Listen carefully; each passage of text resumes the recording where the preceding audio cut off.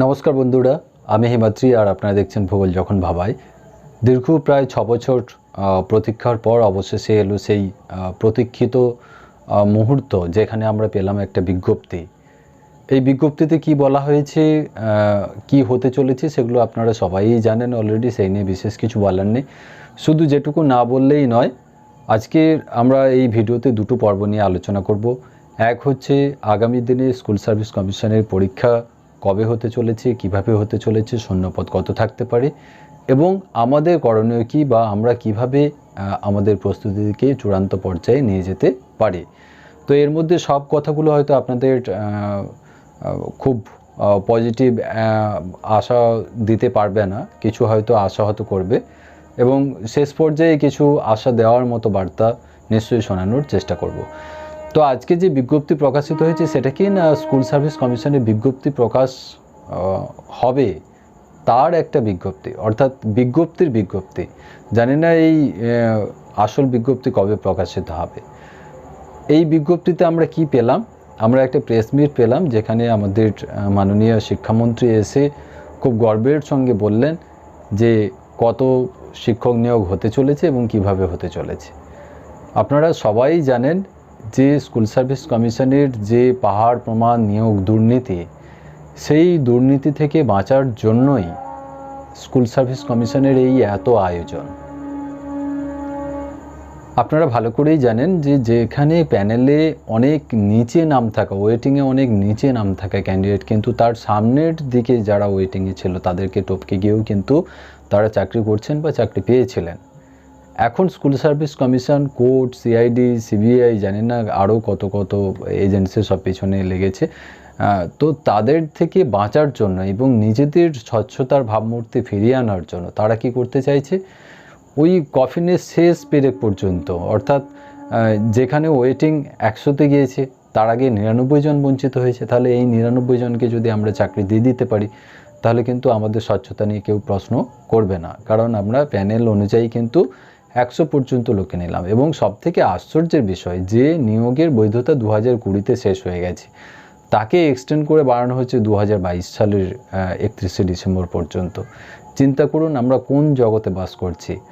আর সবথেকে অবাক বিষয়, বা আপনারাও হয়তো হিংসে করবেন, আমি এখন বুঝতে পারি, বা আমাদের জেনারেশনের যারা আমরা বুঝতে পারি যে আমরা সত্যি লাকি। কেন লাকি না, আমাদের সময় কিন্তু স্কুল সার্ভিস কমিশনের বিজ্ঞপ্তি কবে হবে, কিভাবে হবে, সেই নিয়ে কিন্তু আমাদের বিশেষ ভাবনা চিন্তা করতে হতো না, কারণ আমাদের সময়ে কিন্তু স্কুল সার্ভিস কমিশনের পরীক্ষাটা প্রায় বছর বছর হতো। আর চিন্তা করুন আজকে এই সময় দাঁড়িয়ে 2016 সালের নিয়োগ চলছে 2022 সালে এসে, এর থেকে আশ্চর্য আর কিছু হতে পারে না। তো যাই হোক, আর বেশি এইসব ব্যাপার নিয়ে যত কম কথা বলা যায় ততই ভালো। এবার বলি যে ভ্যাকেন্সি। আপনারা জানেন যে যখন উৎসশ্রী পোর্টালের উদ্বোধন হয়েছিল তখন আমি একটা ভিডিও এনেছিলাম এবং সারা পশ্চিমবঙ্গে ভ্যাকেন্সির কী চরিত্র, কী হাল হকিকত রয়েছে সে সম্পর্কে আপনাদের একটা আভাস দেওয়ার চেষ্টা করেছিলাম। আপনারা অনেকেই সেই ভিডিওটি দেখেছেন। তো সেখানকার যা তথ্য, আমরা উৎসশ্রী একটা অনলাইন প্ল্যাটফর্ম এবং সমস্ত স্কুলগুলো কিন্তু তাদের আপডেটেড ভ্যাকেন্সিগুলো কিন্তু দিয়ে দিয়েছিল এবং সেখান থেকেই কিন্তু ওটা রিফ্লেক্ট করে উৎসশ্রী পোর্টালে কিন্তু দেখাচ্ছিল। তো সেখানে সব মিলে ভ্যাকেন্সির সংখ্যাটা কিন্তু খুব একটা আশাজনক ছিল না। কত ছিল? 22,000 সামথিং। আমি বলেছিলাম যে এটাকে আরও কিছু যদি যোগ হয় তাহলে সেটা হতে পারে 25, কিন্তু দুর্ভাগ্যের বিষয় এই প্রথম যে 22,000 সামথিং যে ভ্যাকেন্সি বেরিয়েছিল তার মধ্যেও কিন্তু অনেক ভ্যাকেন্সি যেগুলো ভুয়ো ভ্যাকেন্সি ছিল, পরবর্তীকালে কিন্তু সংশোধনের মাধ্যমে সেই ভ্যাকেন্সিগুলোকে বাদ দেওয়া হয়েছে। তাহলে আমরা যদি ধরেই নিই 22 নয়, ভ্যাকেন্সি সংখ্যাটা 30,000, তাহলে 30,000 যদি হয়, আপার প্রাইমারি কত রয়েছে? আপার প্রাইমারি প্রায় 14,500, 15,000ই ধরুন, 15,000 আপার প্রাইমারির জন্য কিন্তু রেখে দিতে হচ্ছে। তাহলে আর ভ্যাকেন্সি থাকছে কত? 15,000। তো সেখান থেকে আপনারা দেখলেন যে আবার এই 5,261 এসে কিন্তু সেখান থেকে ভাগ বসিয়ে দিল। তাহলে কত হলো? প্রায় 20,000 ভ্যাকেন্সি কিন্তু বাদ চলে গেল। বাকি পড়ে থাকে কত? সংখ্যা তত্ত্বের হিসাব যদি বলেন তাহলে বলবো যে ওই 4-5,000। আর যদি আমরা বাড়িয়ে সব থেকে বেশিটা যদি দেখি তাহলে সেটা হতে পারে 10,000-এর ভিতরে, এবং কোনো মতেই কিন্তু সেটা 10,000-এর বাইরে যাবে বলে আমার মনে হয় না। এবার তাহলে দেখুন যে আমরা তো অ্যাডভার্টাইজমেন্টটা দেখে খুব উৎসাহিত বা খুব আবেগ আপ্লুত হয়ে গেলাম যে পরীক্ষা হতে চলেছে, তাহলে আমাদের সামনে খুব ভালো একটা সময় এসেছে, সবই ঠিক আছে। কিন্তু এই ভ্যাকেন্সির সংখ্যাটা কিন্তু সত্যিই দুশ্চিন্তার বিষয়। তার কারণ হচ্ছে যে আপনাকে ভাবতে হবে যে এই সংক্ষিপ্ত ভ্যাকেন্সির মধ্যে আপনি কি কম্পিটিশানে নিজেকে নিয়ে আসতে পারবেন। তো এটা ডিপেন্ড করবে কিন্তু আপনার ওপর। আর কবে নিয়োগ হবে, কবে বিজ্ঞপ্তি বেরাবে, অনেক হয়েছে। এবার এগুলো নিয়ে চিন্তাভাবনা বন্ধ করুন। স্কুল সার্ভিস কমিশনের ওয়েবসাইটে বা মিডিয়াতে কখনো না কখনো যখন পাবলিশড হবে তখন কিন্তু আপনারা জানতে পারবেন। সুতরাং এর পেছনে আর বেশি সময় নষ্ট করে লাভ নেই, আর বেশি হিসাব নিকাশ করেও লাভ নেই।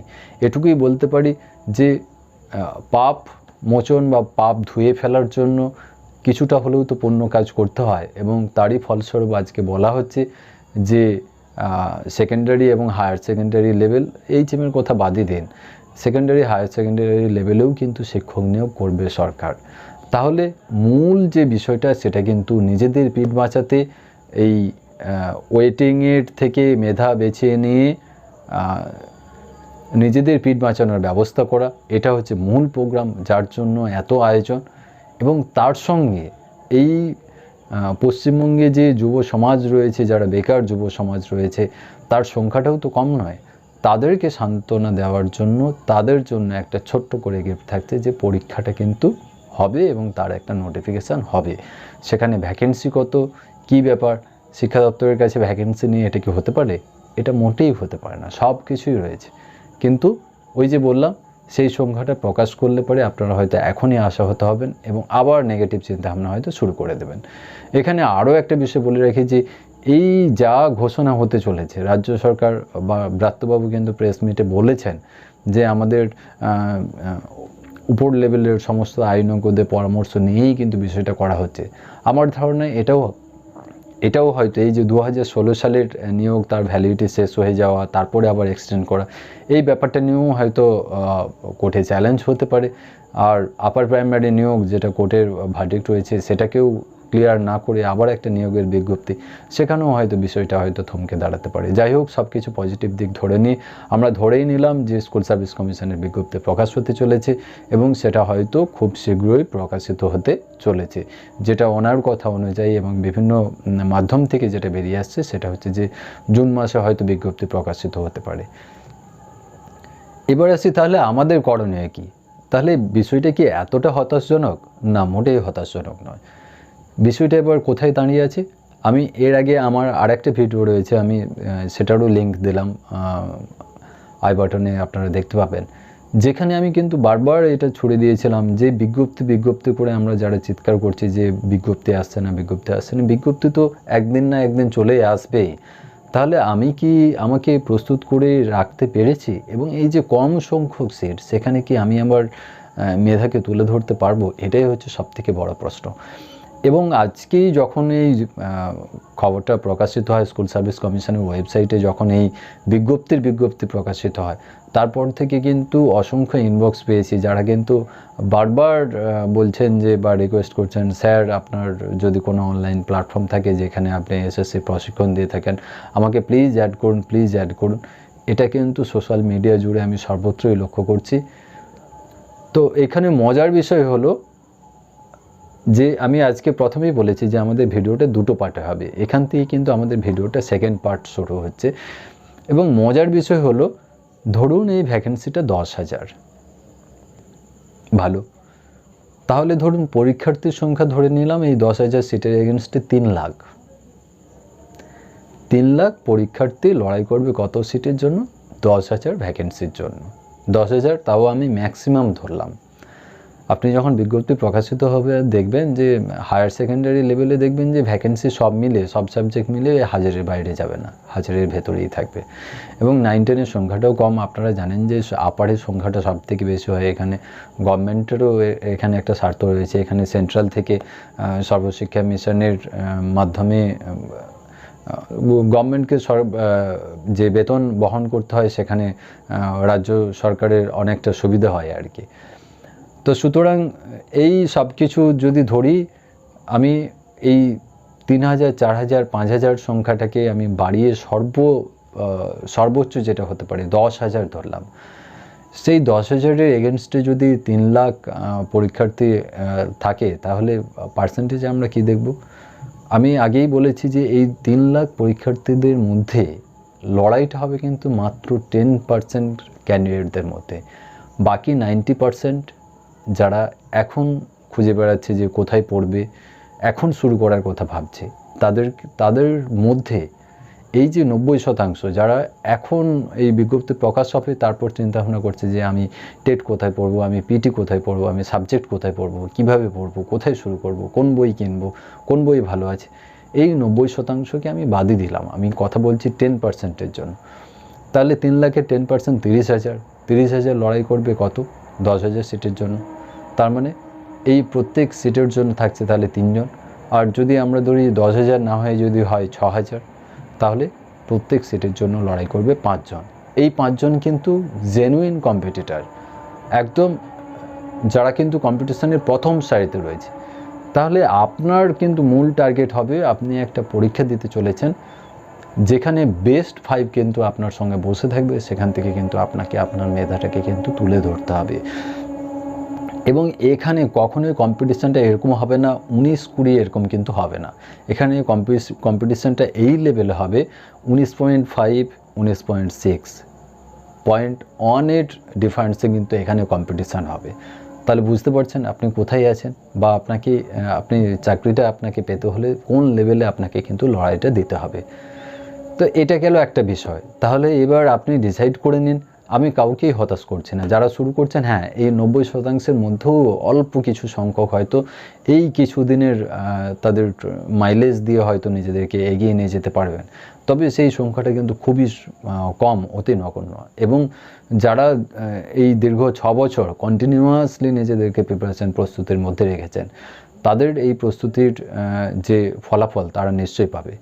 এবার প্রস্তুতি শুরু করবেন কিভাবে? আমি জানি যে আমি নিজেও একটা সময় এই ধরনের পরীক্ষাগুলো ফেস করেছি। আমি জানি যে বিজ্ঞপ্তি প্রকাশ না হলে বা পরীক্ষা কবে সেটা না জানলে পারে কিন্তু কখনোই আমাদের প্রিপারেশনের মধ্যে কিন্তু সেই বিষয়টা আসে না, সেই গুরুত্বটা আসে না।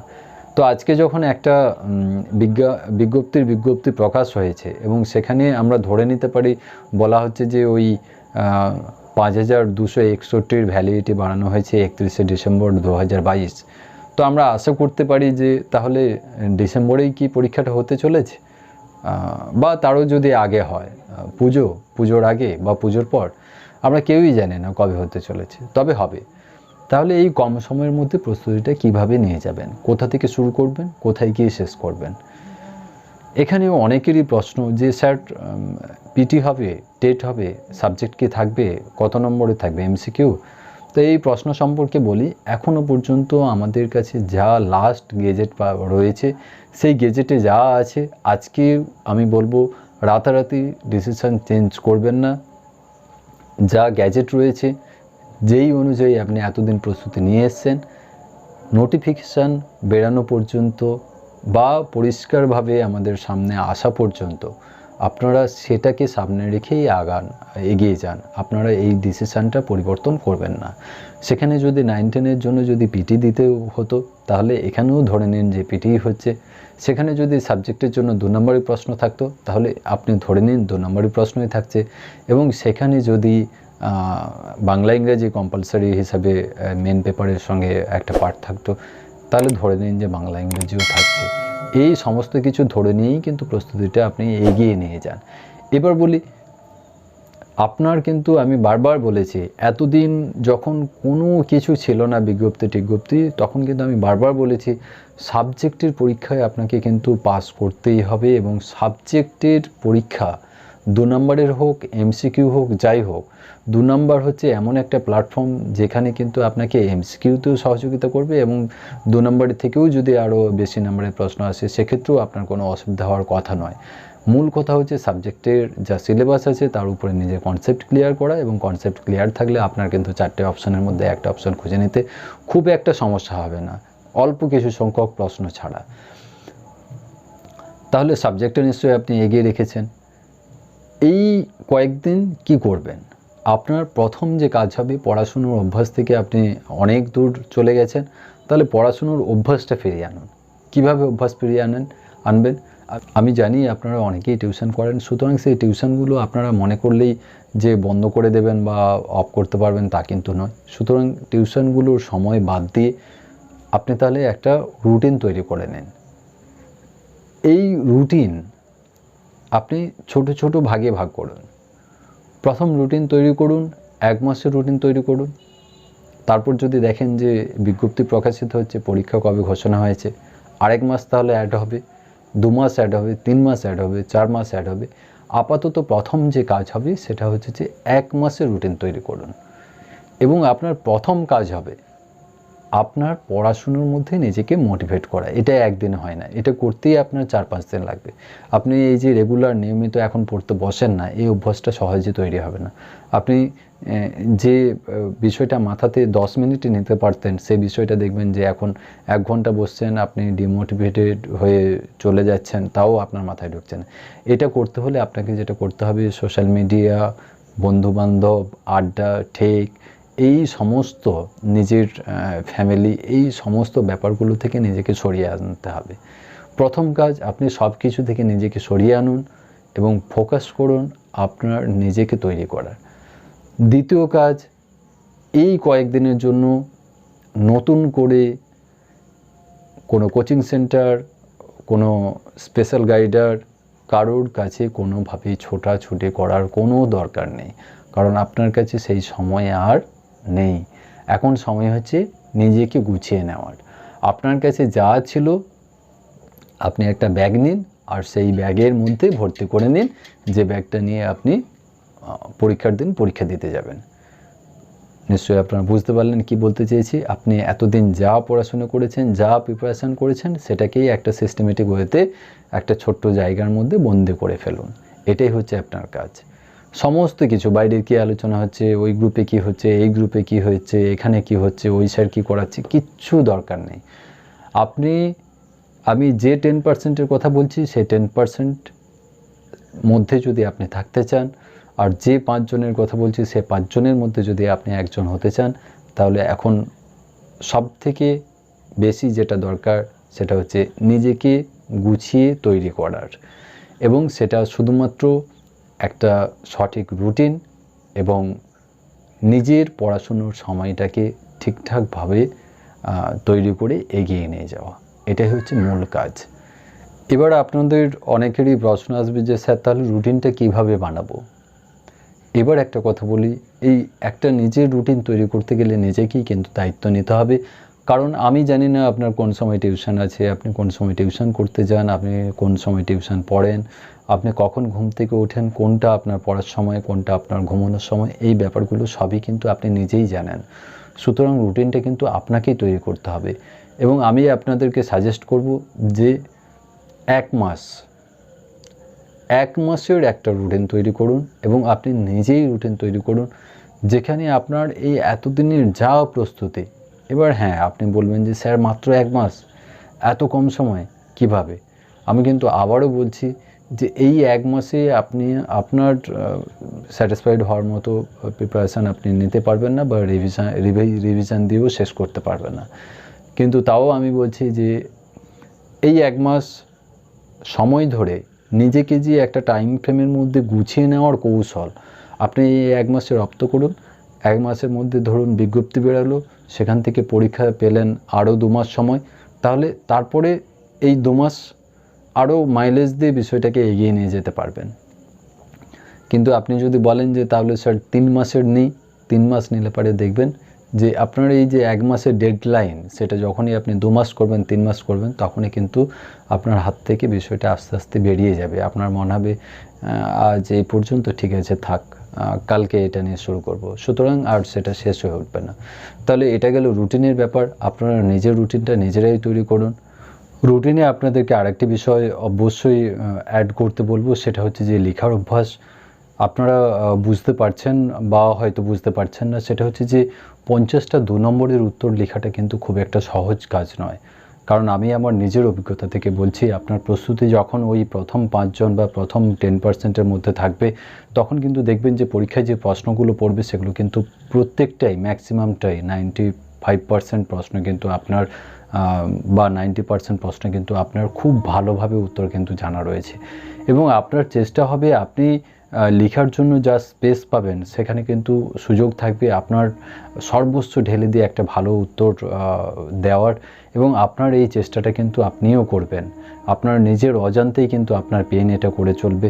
সুতরাং যদি লেখার অভ্যাস যদি আপনার না থাকে, আপনার হাতের লেখা আর স্পিড যদি ভালো না থাকে, যদি হাতের লেখার আপনি অনেক দিন অভ্যাস না করে থাকেন, তাহলে কিন্তু সব কিছু থেকেও কিন্তু আপনার কিন্তু আপনি ওই 5 জনের থেকে নিজেকে কিন্তু সরিয়ে নিয়ে আসতে বাধ্য হবেন।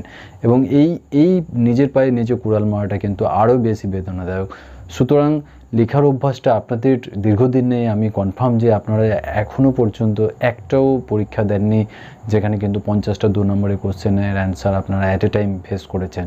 সুতরাং একটা রুটিন বানিয়ে নিন, রুটিনে পড়ার জন্য 10 থেকে 12 ঘন্টা সময় রাখুন, ঘুমানোর জন্য 6 ঘন্টা রাখুন। আপনি যদি টিউশন করেন, দুবেলা টিউশনের জন্য 5 ঘন্টা রাখুন। দরকার হলে কথা বলে গার্ডিয়ানদের সঙ্গে একটু সময়টা কমিয়ে নিয়ে আসুন। নিজের ঘুমানোর জন্য 6 ঘন্টা রাখুন, নিজের খাওয়া দাওয়ার জন্য 2 ঘন্টা রাখুন। এইভাবে একটা রুটিন করে নিন, এবং সেখানে সারাদিন পড়ার পর যে লার্নিং আউটকাম বা আপনি কি পড়লেন তা থেকে কি বেরিয়ে এলো, সেই সময়টাতে অন্তত আপনি একটা লেখার ব্যবস্থা করুন, যেখানে আপনি অ্যাট এ টাইম 50টা আপনাকে লিখতে হবে না। আপনি সময়টাকে হিসেব করে আনুপাতিক হারে কমিয়ে নিন। আপনি প্রথমে 10টা চেষ্টা করুন, তারপর 20টা করুন, তারপর উইকেন্ডে একটা 30টার করুন, তারপর মাসে একটা 50টার করুন। এইভাবে আস্তে আস্তে কিন্তু আপনার লেখার অভ্যাসটা ফিরিয়ে নিয়ে আসুন, যেটা কিন্তু আপনাকে অনেকটাই অন্যদের থেকে এগিয়ে নিয়ে যেতে কিন্তু সাহায্য করবে বলেই আমার ধারণা। এবং আজকের ভিডিওর শুরুতে কিন্তু আমি বলেছিলাম যে ভিডিওর শেষে কিন্তু আমি কিছু আশার কথা দিয়ে শেষ করব, এবং সেই আশার কথা হলো এটাই, আমরা যারা ভূগোলের খুব সাধারণ মানের ছাত্র, তারা কিন্তু আমরা এক জায়গায় একত্রিত হয়েছিলাম এবং আমরা চেষ্টা করেছিলাম যে সাবজেক্ট বিষয়ের ওপর অন্তত নিজেদের প্রস্তুতিটাকে ঠিকঠাক জায়গায় নিয়ে যেতে, এবং সেই প্রস্তুতিটা আমরা অনেকটা এগিয়ে নিয়ে যেতে সক্ষম হয়েছিলাম। তারপর হয়তো কোথাও আমাদের আপনার মতো হতাশা এসে গ্রাস করে নিয়ে সেই প্রয়াসটাকে থামিয়ে দিয়েছিল। কিন্তু এই যে কয়েকদিনের প্রস্তুতি প্রিপারেশান, সেটা বিফলে যাবে না। এবং যে রেশিওর কথা বলছি 90% 10%, বা ওই যে 5 জনের কথা বলছি যারাই কিন্তু কম্পিটিশানের শেষ মুহূর্ত পর্যন্ত টিকে থাকবে, আমার ধারণা এই যে গ্রুপ বা এই যে পরিবার আমাদের, সেই পরিবারের মধ্যে কিন্তু আমি পার্সোনালি অনেককে চিনি বা এই গ্রুপের মাধ্যমে চিনি, যারা কিন্তু এই রেশিওটাকে মিথ্যে বলে প্রমাণ করবে, এবং এখান থেকে কিন্তু 10% নয়, সে সংখ্যাটা অনেক বেশি আছে যারা কিন্তু নিজেদেরকে নিজেদের মেধা দিয়ে ওই কম্পিটিশানে কিন্তু নিজের নামটা নথিভুক্ত করতে কিন্তু সক্ষম হবে। আমি জানি আপনারা এতদিন অনেকের কথা ভেবেছেন, আপনার পরিবার, আপনার আত্মীয় স্বজন, আপনার বন্ধু, আপনার বান্ধব, আপনার ক্লাব, আপনার সোসাইটি, এই কয়েকটা দিন সবার কথা ভুলে যান, শুধু নিজের কথাই ভাবুন, কারণ এটাই হচ্ছে শেষ সুযোগ। ভিডিওটি আর দীর্ঘায়িত করব না, এখানেই শেষ করব। ভূগোল সম্পর্কে বা ভূগোলের প্রিপারেশন সম্পর্কে আগামীতে নিশ্চয়ই আরও কিছু আপডেট পরপর নিয়ে আসার চেষ্টা করব, আপনাদের পাশে থাকার চেষ্টা করব। সবাইয়ের আগাম সাফল্য কামনা করে আজকের মতো বিদায় নিচ্ছি। ভালো থাকবেন, ধন্যবাদ।